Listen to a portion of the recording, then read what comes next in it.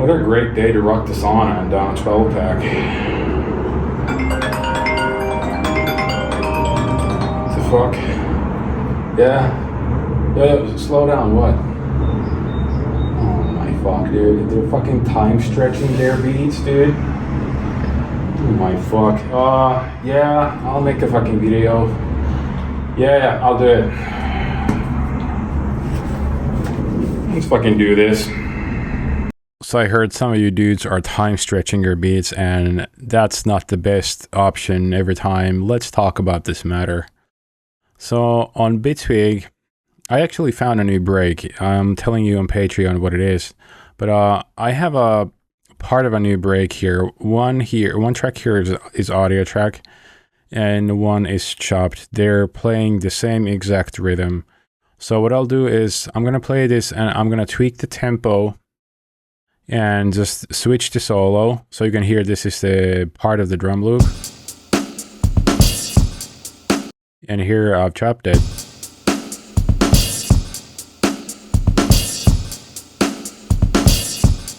They sound identical. That's how it should be. But I'm gonna start moving the tempo around up and down, and let's pay attention to how the sound gets worse. Different. Let's do this.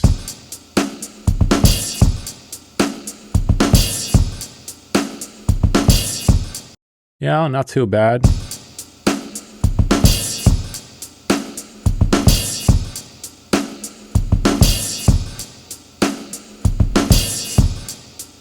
Still holding up pretty well. Let's go even slower.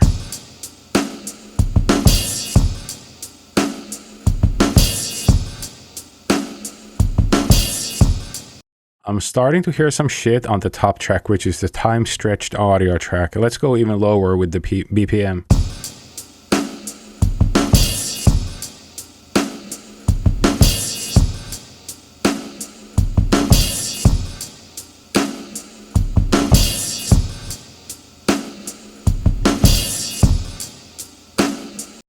So the top track is clearly hurting in terms of its audio integrity. I'm gonna do one more test. I'm gonna go higher up in tempo. So let's do this. I'll do the very same thing. Keep switching between the tracks. I think the original was around, I don't know, 120. Let's go fast. I've had some coffee. Let's do this.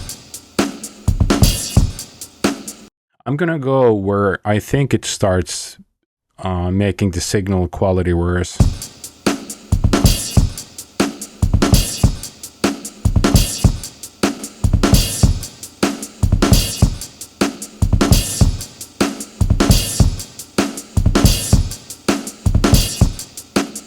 By the way, I'm not saying that this tempo is good for the break. That's not my point at all. It's the audio quality. So 162, we're suffering here.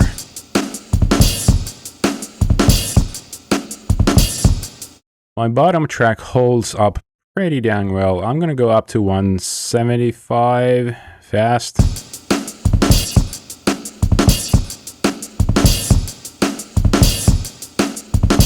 What's my point here? Time stretched beats can sound a bit shit. What am I doing? So now I'm taking a look at this new break that I found. I've warped it, or I guess it's stretched if we're using Bitwig terminology, and I can obviously change this algorithm for stretching here. I'm gonna do this. I'll try a few options. It sounds so bad.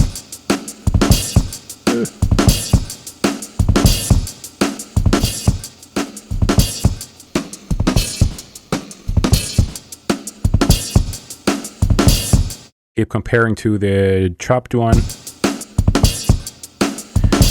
By the way, heavy emphasis.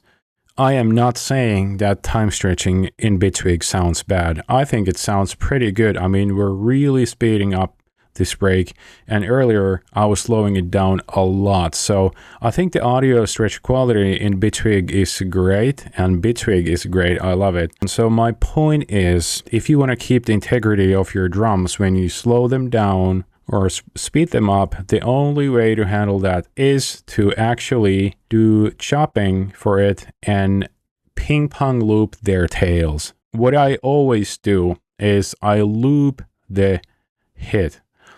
In Bitwig, I've chopped this. I'll skip that part. So I'll just go set loop end, and shouts to my friend Andrew for this convenient tip. So this. Now pay attention to how much better this ping pong loops sounds comparing to your regular AB loop. It doesn't sound amazing still, but I'm going to do a little bit of crossfade. Whoops, I messed up. So you can do a bit of crossfade. So, and this is often your best friend when it comes to technically stretching your hits. So that's why it sounds so nice when I'm speeding it up or slowing it down, because it doesn't really get stretched in a way that it would change the actual quality of the sound. So this cymbal, for example, this is the first hit. AB loop. My point. Chop your drums, ping pong loop the tail. Don't let the beginning of the loop go all the way to the start of the sound, because then you'll get this, which is kind of as an effect, but to give them like natural length, ping pong loop with maybe with a little bit of crossfade. If you can do this, it's gotta be careful. That's it. So I've always been doing this. I don't really stretch my drums. Maybe sometimes if I do like a layered drum loop for texture, that's what I do. But this can be done in all DAWs. Just really quickly in Bitwig, I always go to onsets mode and I mark the onsets, which I have done. Basically, this will be your chop point. So I think Bitwig is pretty good at marking these. And the way that I always do this, I just want to mark each hit that the drummer has played, because I want to have full control. So chop, mark these hits. And once you've done that, you just go and right click and slice the drum machine, and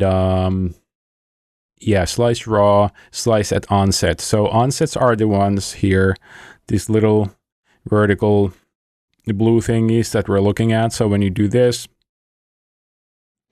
you get the all the chops are on the inside the sampler. You just have to see, you gotta be careful, because I'm getting some loose stuff here because some of my onsets have been a little sloppy, so you may get these little extras, but it's looking quite fine here. So I would have to, let me find you want to use this MIDI function here, top left, that always changes the view to see the hit that you played last. So here you just engage loop, then set loop end and loop start. Hey, it sounds pretty good. Also in Ableton Live, super easy. You just go and warp.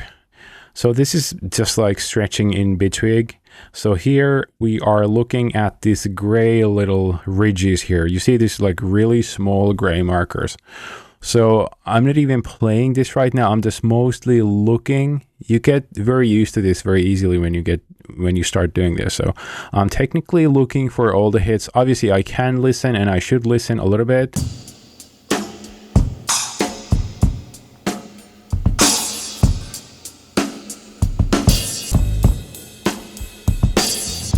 So I just want to make sure that all these, like every single hit that the drummer has played, have been marked. For example, you can just, let's say, do I find anything that hasn't been marked? Let's say whatever, if it was here, I would just, at the very top. Sorry, I'm being slow. I need more coffee. So insert transients, this is enough. Or alternatively, it could be insert warp marker. Warp marker has a different functionality per se. It has to do with stretching. But once you've done with that, you just go for slice the new MIDI track And I got my own sampler, custom preset. I've been giving that away through Patreon. And what do I get? I get this. A little quiet, I know, but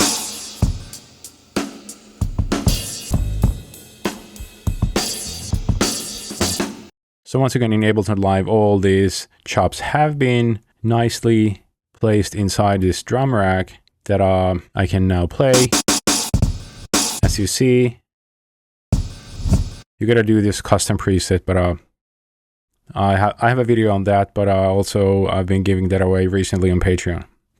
So yeah, just I wanted to say this because I heard that some of you have been stretching your hits, and that's not great. What else helps? Well, these breakbeats hats that you can get from my web shop, but also go to my Patreon.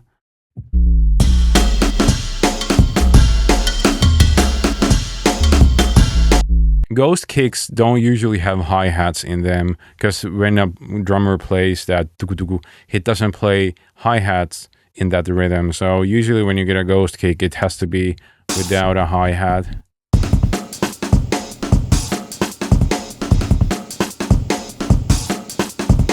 I'm talking about breakbeats, showing you how to chop them up and create some drum loops all the time. That's it. Rock it.